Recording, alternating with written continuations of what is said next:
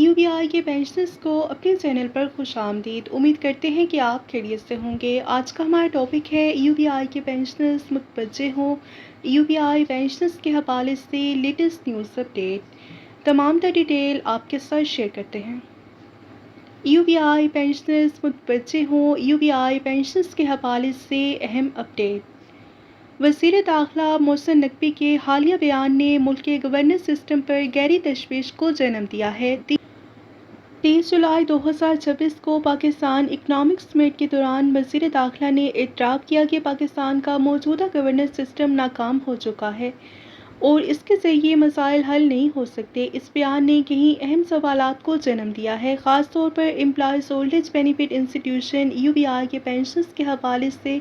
اگر حکومت کا دعویٰ ہے کہ ملک کا نظام ناکام ہو چکا ہے تو یو بی آئی کے انشور ورکرز اور پینشنرز کی زندگی بھر کی کمائی کو بڑے سرمایہ کاری منصوبوں، ہوٹلوں اور سیاحتی منصوبوں میں کیوں لگایا جا رہا ہے؟ پینشنرز کو خدشہ ہے کہ کہیں یو بی آئی فنڈز ماضی کی طرح خٹ وڈ کا سلسلہ دوبارہ شروع نہ ہو جائے۔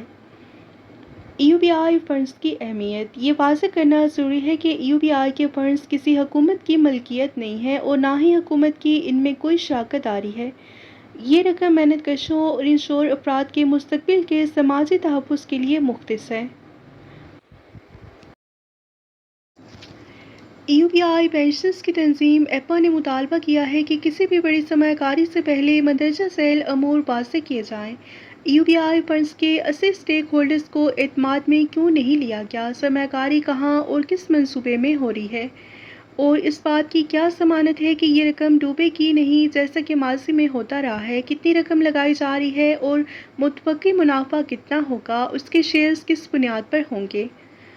اور نقصان کی صورت میں کون ذمہ دار ہوگا اور اس کا ازالہ کیسے کیا جائے گا؟ اس سرمایہ کاری سے ہونے والے منافع سے یو بی آئی پینشنرز کو کب اور کیسے